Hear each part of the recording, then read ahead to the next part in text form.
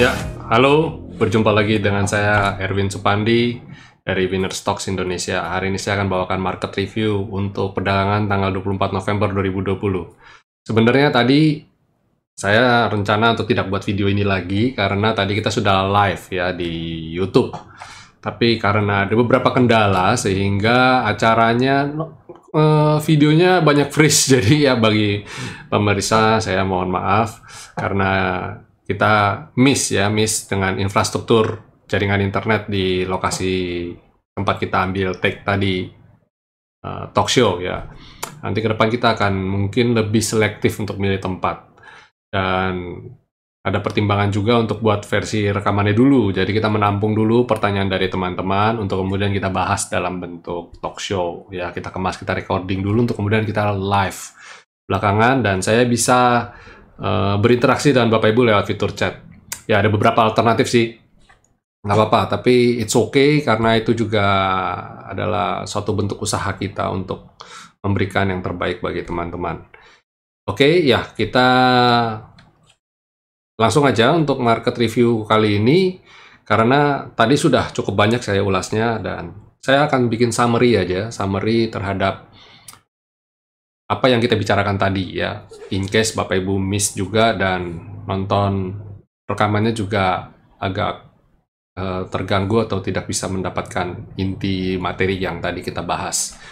Dan kita mulai dari pembahasan mengenai suku bunga. Tadi kita bahas suku bunga karena penting ya untuk disimak. Kenapa sih ini jadi suatu tolak ukur untuk perekonomian Indonesia ke depan? Tadi saya udah undang narasumber Pak Christian, dia mengulas dari sisi dia sebagai entrepreneur di bidang properti ya. Jadi ini baik banget untuk sektor properti karena yang mana sektor tersebut berkaitan erat dengan bunga KPR. Jadi diharapkan dengan turunnya bunga acuan ini akan membuat sektor properti bergeliat dengan baik ya, positif. Dan kalau sektor properti mulai berjalan secara tidak langsung, proyek-proyek padat karya yang mana banyak menyedot tenaga kerja di pembangunan akan juga meningkat dan otomatis akan mendorong aktivitas ekonomi ya. Akan ada transaksi barang dan jasa ya, yang mana uang mulai berputar. Dan saya juga mengundang dari pelaku bisnis ya, Pak Franciscus Budi, yang berbicara dari sisi entrepreneur, pengusaha yang memiliki pabrik ya. Dengan turunnya suku bunga acuan bagaimana dari sudut pandangnya dia?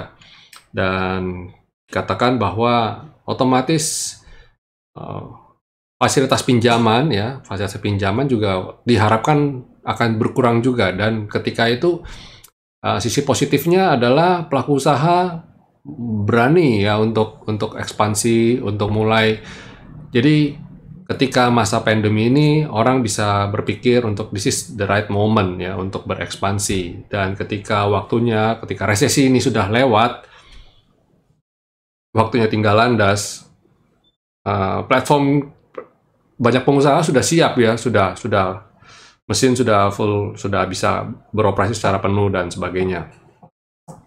Dan sekedar Bapak Ibu ketahui bahwa suku bunga acuan saat ini itu adalah di level terendah sepanjang sejarah Indonesia ya, dan jadi itu pada di basis 3,75 basis poin ya, jadi 3%, 3,75% dan turun 25 basis poin dari sebelumnya di 4%, sekarang 3,75.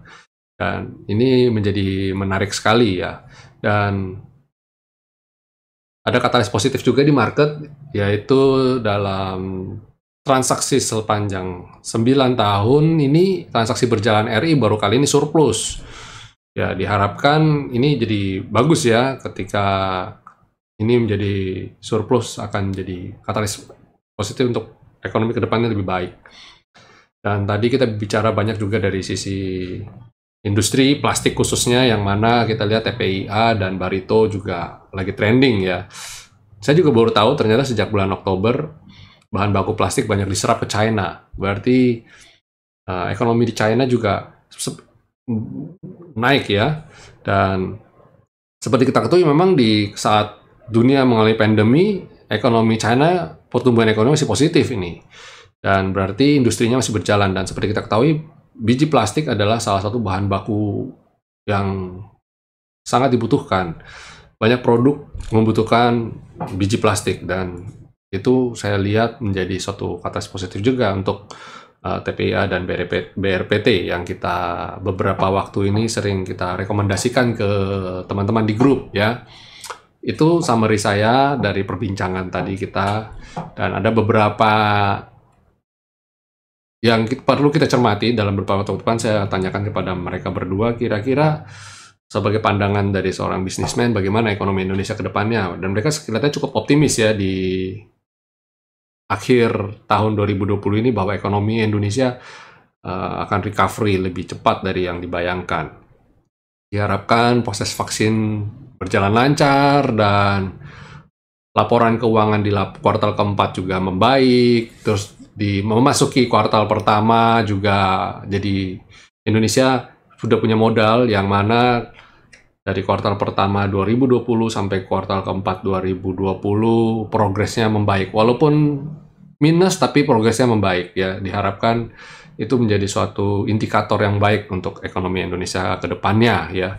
Dan kita juga berharap ya, ketika nanti di akhir tahun dan memasuki kuartal pertama, itu kan katalis positifnya adalah laporan Q1, Q2, Q3, sampai Q4.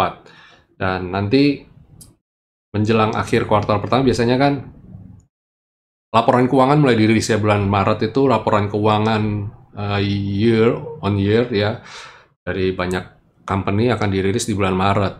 Nah, diharapkan banyak itu akan menjadi katalis positif untuk kita modal untuk memasuki kuartal kedua tahun 2021.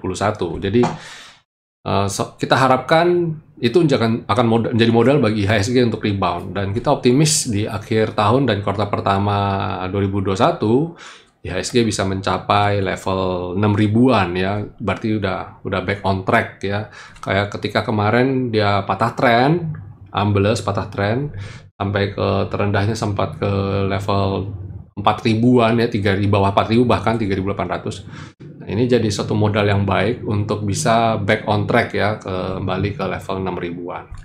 Ya, itu sekilas dari pembincangan summary kita sepanjang sore tadi.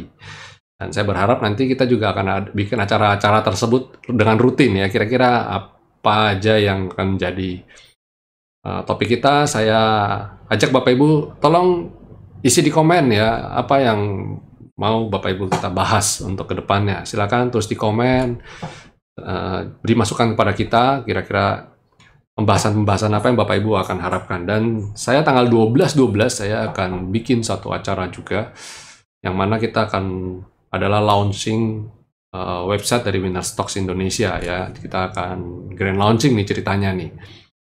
Kemarin baru soft launching, ini baru grand launching, dan website tersebut di dalamnya ada member area di mana Bapak Ibu bisa akses pembelajaran, akses tulisan-tulisan saya ya, analisa-analisa saya, video-video market review dan video ulasan saya kumpulkan di member area tersebut. Jadi segera saja join. Dan ketika kita launching, tentu saja harga joinnya nggak seperti yang masa promo ini ya. Nanti ketika saya launching, harganya berubah ya, harganya udah naik. Jadi pastikan sebelum 12/12 Bapak Ibu join ke Winner Stocks Indonesia ya. Oke, itu dari saya summary. Kita akan coba analisa chart ya, secara sektoral bagaimana, secara indeks IHSG bagaimana ya. Nah, ini secara chart ya, seperti Bapak Ibu lihat, ya hari ini IHSG gap up lagi. Nah, ini gap up kedua. Yang saya agak khawatirkan itu beberapa kali gap up. Jadi nanti kalau yang ini orang bilang runaway gap, artinya dia gapnya terbang, bang, karena momentum dan katalis positifnya begitu kuat. Dan hari ini gap up lagi, tapi gap up hari ini lebih ke sentimen. Ya mungkin karena sentimen yang baru dirilis kemarin seperti berturunnya suku bunga dan lain-lain ya.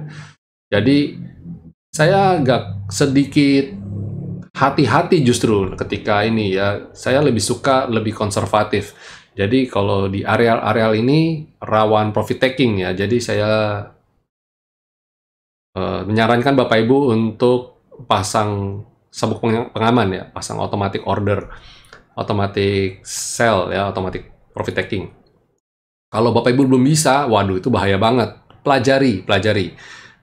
Kita join di Winner Stocks VIP, kita ada video-video pembelajaran, salah satunya adalah menguasai platform online trading. Itu penting. Kalau trading tanpa menguasai toolsnya, tools dari aplikasi tradingnya, itu juga berbahaya gitu. Kita harus menguasai ya, harus tahu, harus paham, dan kita itu harus bimbing dengan benar gitu ya. Jadi itu adalah salah satu tools untuk trading juga. Dan hari ini IHSG membukukan net sell ya, net sell minus 150 bio ya. Jadi ketika naiknya ini malah asing aksi jualan. Ini indikator yang salah satu indikator yang saya bilang tadi. Ketika gap up tapi terjadi net sell. Jadi rawan koreksi, rawan koreksi.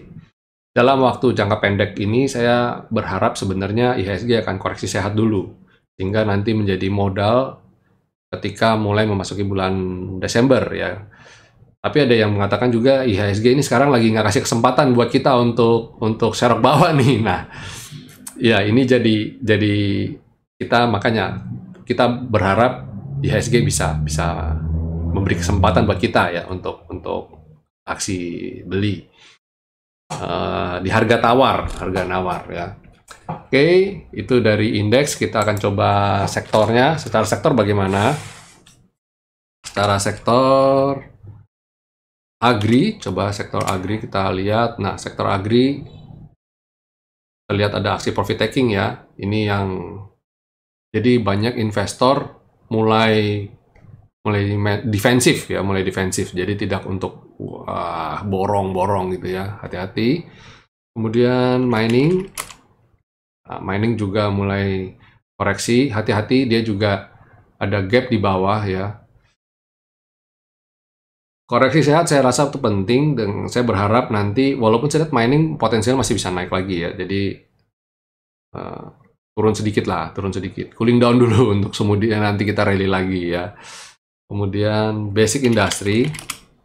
Wah, basic industry ini lagi ini. Mungkin ya seperti tadi Pak Francis Budi katakan bahwa ini hasil produksi kita banyak yang diekspor keluar ya, diserap begitu banyak dari China ya. Jadi ya mungkin ini jadi salah satu katalis positifnya sehingga basic industry juga naik ya. Kan miscellaneous industry walaupun candle merah tapi dia di atas trendang. Ini tanda-tanda bagus. Jadi saya lihat manfaatkan ini untuk buy on weakness. Ini oke nih ya. Jadi saya lihat peluangnya cukup besar untuk nanti menjelang akhir tahun masih akan naik. Kemudian sektor trade. Ini gap up PEM. Mungkin di sini pelaku ekonomi melihat akan ada perbaikan dan daya beli masyarakat akan pulih ya. Apa aja sih yang di sektor ini? Ada LPPF, ada RALS, ya silakan dicermati. Kemarin kita udah recommended LPPF dan hari ini LPPF naik dengan bagus ya. Terus kemudian ada finance, tentu saja finance naik lagi, lebih bagus lagi ya. Finance semakin mendekati ke titik dia sebelum dia ambiar kemarin di awal tahun 2020. Jadi ini mulai comeback ya. Kalau kita kasih chartnya weekly, nah ini. Nah, dia udah semakin mendekati, dia udah bikin higher high lagi ya, udah mulai comeback. Jadi saya lihat sektor finance cukup aman walau begitu tetap kita plank defensif ya. Masuk sedikit-sedikit, masuk bertahap, saya rasa itu langkah bijaksana juga ya. Kemudian consumer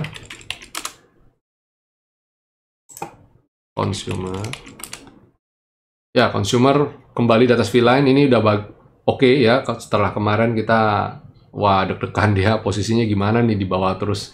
Ini oke ya, kita akan coba mungkin seiring dengan mulai memasuki musim liburan Natal ya, antisipasi ya Santa Claus Rally tadi, window dressing, consumer juga mulai ikut serta ya. Jadi ini salah satu yang belum terbang. Jadi Bapak Ibu silakan cermati sektor consumer bagi yang belum, wah maksudnya istilahnya ketinggalan momentum. Waduh kemarin saya ketinggalan keterbang ini itu. Nah silakan consumer boleh dilihat. Cuma saya kasih tahu dulu sektor consumer ini adalah salah satu yang slow motion, lamban geraknya, tapi lebih aman ya. Setidaknya kemungkinan untuk beli di pucuk itu berkurang resikonya ya. Kemudian properti, wah properti tadi udah saya ulas ya di awal tentang sektor ini sebagai salah satu katalis positif untuk ekonomi Indonesia ke depan. Infrastruktur juga sama ya, wah terbang. Kalau infrastruktur, bicara infrastruktur tuh Telkom, Pegas ya yang di sini yang gede-gede, yang market cap-nya. Jadi silakan dicermati ya untuk sektor ini. Dan kemarin sempat kan downtrend berat itu Telkom, dan ini mulai comeback. Diharapkan yang kemarin sempat nyangkut di Telkom mulai comeback, berkurang minusnya ya. Ya itu secara sektoral. Dan untuk perdagangan esok hari, saya ada 5 emiten yang akan saya rekomendasikan kepada Bapak Ibu ya. 5 emiten tersebut salah satunya adalah ISAT, ini dari sektor infrastruktur. Ini menarik untuk dicermati karena setelah breakout V-line dan hari ini dia lanjut ya, masih lanjut. Jadi ini silakan Bapak Ibu untuk dicermati ke depannya. Besok kalau dia candlenya hijau lagi, silakan untuk mulai masuk bertahap ya. Kemudian satu lagi dari sektor finance yang baru juga recover adalah dari ini adalah PCTM. Ketika kemarin saya sudah rekomendasikan Bank Mandiri, udah hari ini naik tapi sedikit ya, walaupun merah candlenya tapi dia tidak bikin lower low dan masih di atasnya candle kemarin. Jadi pada dasarnya masih oke ya. Dan ini baru naik hari ini, dan besok kita cermati ya. Kalau besok dia bisa breakout bikin candle biru lagi, silakan dibeli untuk sektor ini. Kemudian satu lagi adalah WIM. WIM juga baru confirm tadi beberapa udah masuk. Tadi di grup sudah rekomendasi di lewat chart hourly, dan untuk besok saya lihat masih lanjut. Jadi WIM silakan dicermati untuk besok. Kemudian MAPI. Nah, MAPI ini karena kita lihat trennya cukup bagus ya, tuh lihat tuh. Mantul dari selendang, dan saya lihat salah satu dari sektor trade juga ini dengan kembali mungkin ada potensi untuk membaik ya, orang mulai belanja untuk libur Natal, libur tahun baru ya, belanja baju baru. Nah, sektor ini mulai recovery ya, ada Matahari, kalau MAPI ini Sogo, terus Ibu ya itu MAPI, terus Rals, Ramayana ya, 3 emiten ini yang debt store yang cukup oke ya, cukup kita kenal. Terus kemudian satu lagi Hoki. Nah, Hoki ini sideways cukup lama, jadi saya melihat ini sudah waktu-waktu dekat untuk rebound ya. Dan kalau besok candlenya biru tua lagi, silakan Bapak Ibu cermati untuk beli ya. Jadi tipikal modelnya ini adalah 7-6 candle sideways dia terbang, 7-6 candle sideways dia terbang, dan ini udah kelamaan. Dan saya melihat ini gejala-gejala terbangnya sudah mulai kelihatan. Ditandain dengan volumenya yang juga mulai semakin meningkat ya. Terjadi akumulasi beli yang mulai ada ya. Ini dari saya, rekomendasi saya hari ini. Silakan Bapak Ibu cermati ya. Sekedar info, kemarin yang saya rekomendasikan ada 5, ada LPPF, Mandiri, BRPT, Wika, Antam, dan Java. Dari itu semua nyaris cuma Antam doang yang nggak jalan, itu pun trigger buy nggak tertrigger. Jadi 4 terbang semua. Dan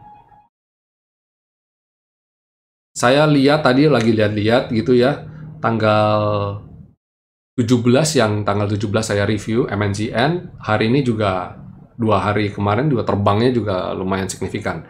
Jadi kalau ada yang tanya, Pak, kapan belinya Pak? Kalau saya baca nonton market review dari Pak Erwin, kira-kira kapan belinya? Ya belinya mulai bertahap gitu ya, bukan berarti saya rekomendasikan ini terus langsung besok terbang. Dalam 3 hari kemudian Bapak Ibu silakan cicil beli masuk bertahap, karena memang style kita begitu ya, bukan model yang buy impulsif. Hari ini komando, besok terbang. Hari ini komando. Kita bukan main komando, kita itu ulasan, ya, rekomendasi. Saya tidak pernah menginstruksikan Bapak Ibu buy dan sell. Sekarang buy, sekarang sell, nggak ada. Yang saya itu memberikan rekomendasi, memberikan ulasan. Kira-kira prospek emiten ini, chart ini dalam beberapa hari ke depan bagaimana? Akan naikkah? Akan turunkah? Bukan instruksi buy dan sell. Hati-hati ya, itu perbedaan itu penting. Karena apa? Karena instruksi buy dan sell itu sendiri jangan jadi patokan ketika saya ngomongin berarti Bapak saya instruksi buy gitu. Karena itu tidak boleh, itu menyalahi aturan ya, nggak boleh. Karena setiap kali setiap kali bikin video di depan ada disclaimer yang selalu saya cantumkan, yaitu setiap aktivitas beli dan jual